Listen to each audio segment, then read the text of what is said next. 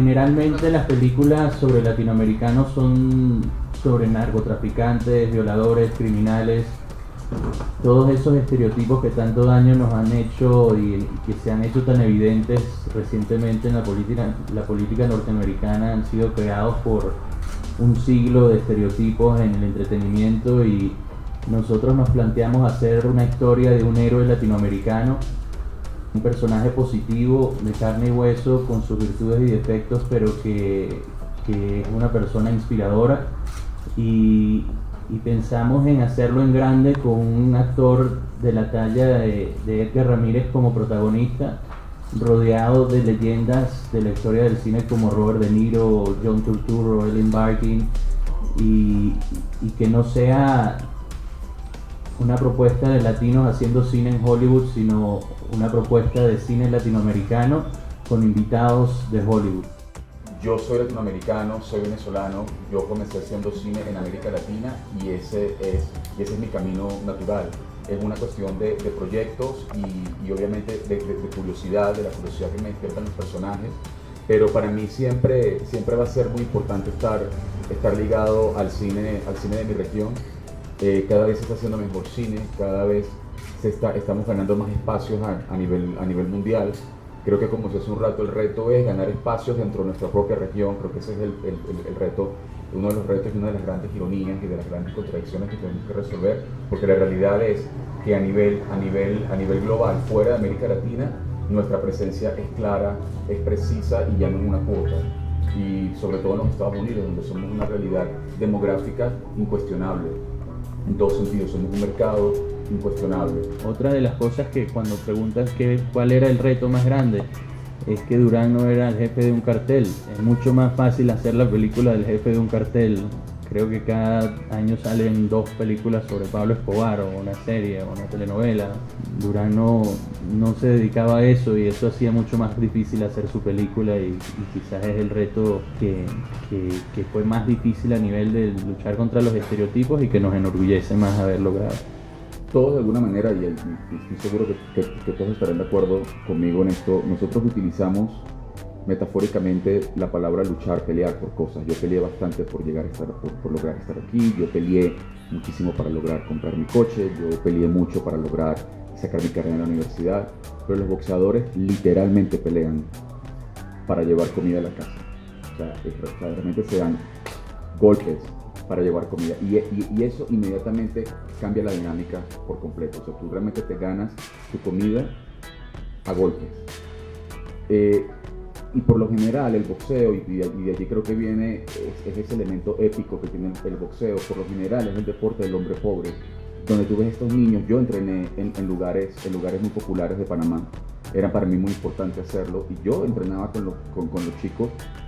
Yo lo escuchaba, eran mis compañeros además ellos no me conocían mucho, entonces no mediaba el tema de que yo era actor. Yo decía, bueno, ese es el tipo que va a ser el cholo, pero me trataban de una manera muy normal, y yo los escuchaba.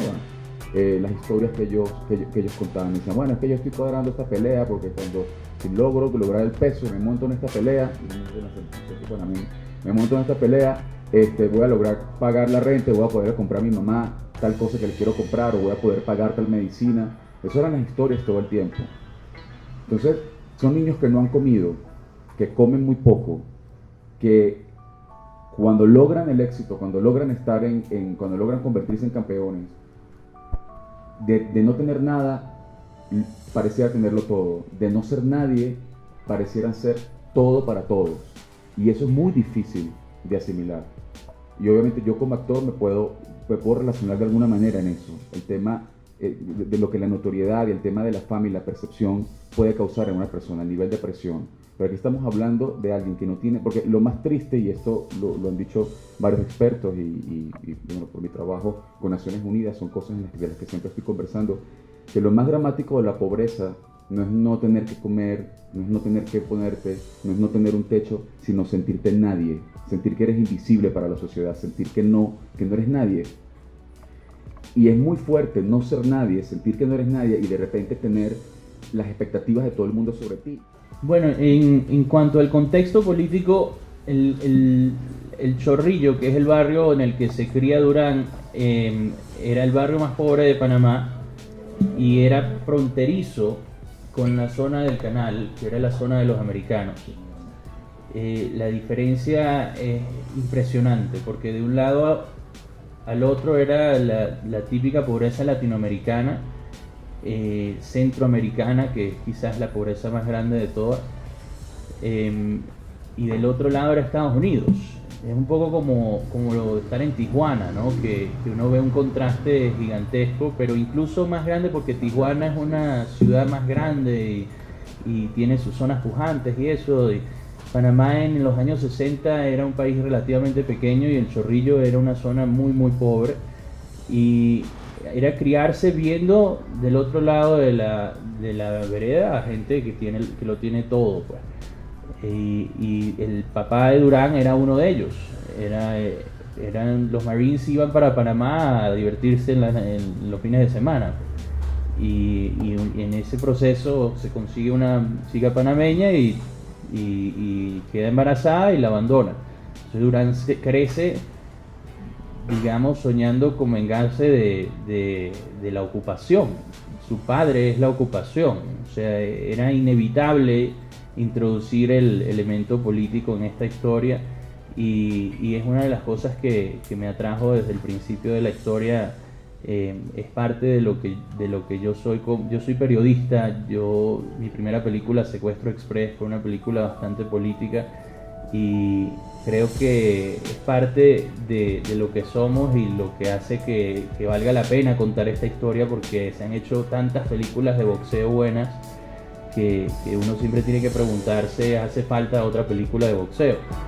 Y creo que en parte lo que hace que haga falta contar esta historia es que en particular este caso específico, con todos los elementos culturales, nunca se ha contado, y creo que es esencial a lo largo de toda la historia, no solo en su infancia. Cuando Durán pelea la segunda pelea contra Leonard en New Orleans, le traen a Ray Charles para cantarle America the Beautiful, y hay una especie de ceremonia de celebración del imperio americano, y eso es parte de lo que lo desmoraliza y parte de lo que hace que Leonard gane la pelea psicológica.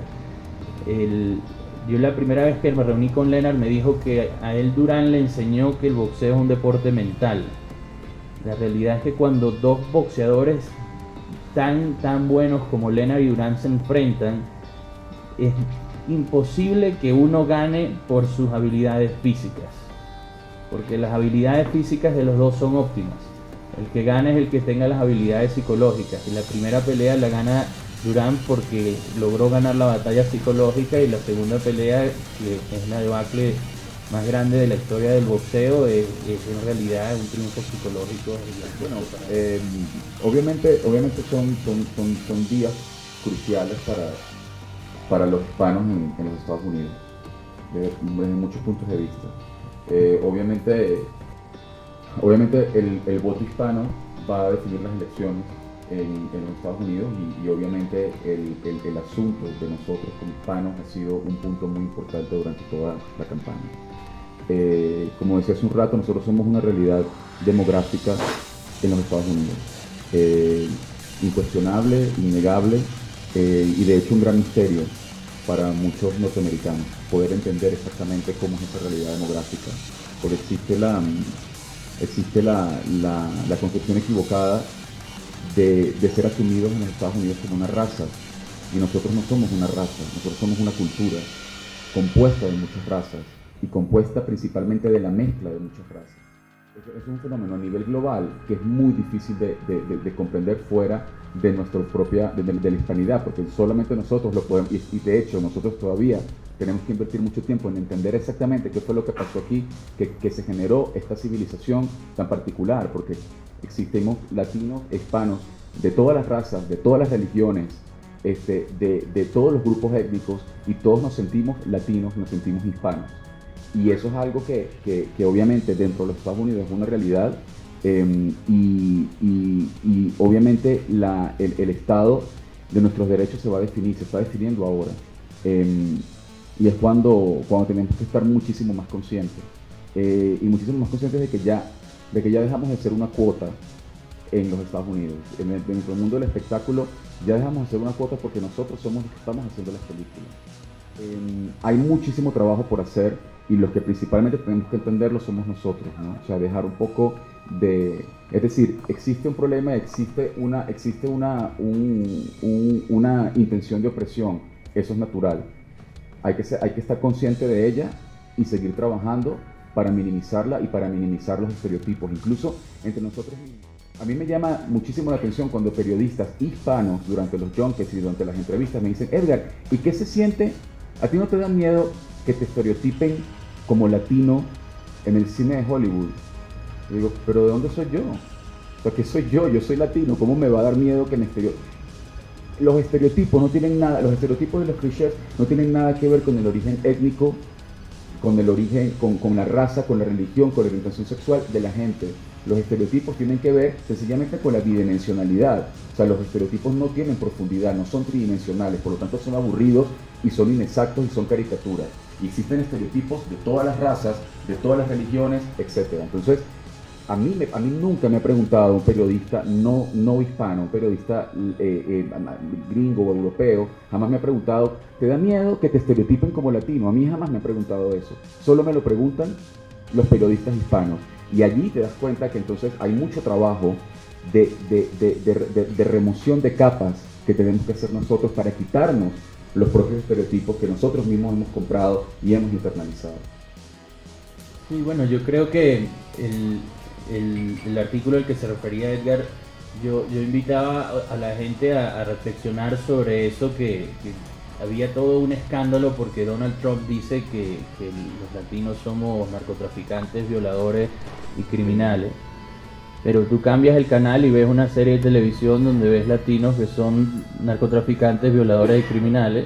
Vuelves a cambiar y ves una película donde somos exactamente eso. Entonces, llega un momento en el que hay que aceptar que el contenido del entretenimiento tiene consecuencias políticas. El populismo racial no ocurre como un fenómeno aislado, espontáneo, es una consecuencia de un problema que ha surgido en la sociedad, y la realidad es que muchos de los americanos que apoyan a Trump es gente que el contacto que ha tenido con latinoamericanos ha sido a través de los medios de comunicación, porque están en zonas donde no hay muchos latinoamericanos. Entonces es hasta difícil culparlos de que crean que esos personajes que siempre han visto como narcotraficantes, criminales y violadores no lo son. Entonces hay que cambiarlo, no solo porque vale la pena, porque hay historias maravillosas, pero hay que cambiarlo también porque es peligroso no hacerlo. Porque si seguimos creando sociedades en las que estos estereotipos son aceptados como realidad, pueden surgir personas peligrosas como Donald Trump. O sea, es una cuestión ya de supervivencia de las propias sociedades. Y creo que es algo que no solo se extiende a Estados Unidos, creo que se extiende a nuestros propios países, que generamos nuestro propio contenido en telenovelas, generalmente sobre narcotraficantes, sobre violadores, sobre criminales. O sea, llega un momento, y yo no tengo nada en contra de esas historias. Yo hice una película sobre un secuestro express. Yo no creo que se trate de negar esa realidad, porque es fascinante nuestra realidad. Pero cuando llega un momento en el que todo lo que se ve es eso, hay pereza. Hay pereza, pero también es peligroso, porque eso inevitablemente son los íconos que terminan mirando nuestros hijos, son los héroes que terminan formando los valores culturales de lo que somos. Y creo que es peligroso para nuestra identidad, y es peligroso para la identidad de Estados Unidos, y creo que esos grandes cineastas latinoamericanos que tenemos hoy en día en todo el mundo deberían por lo menos pasar por el proceso de búsqueda y ver si hay alguna historia latinoamericana sobre un personaje positivo que les parezca interesante, porque los hay. Tenemos héroes en cada uno de nuestros países, y es más difícil hacer esas películas, pero vale la pena. Uno se siente orgulloso después de hacerlas.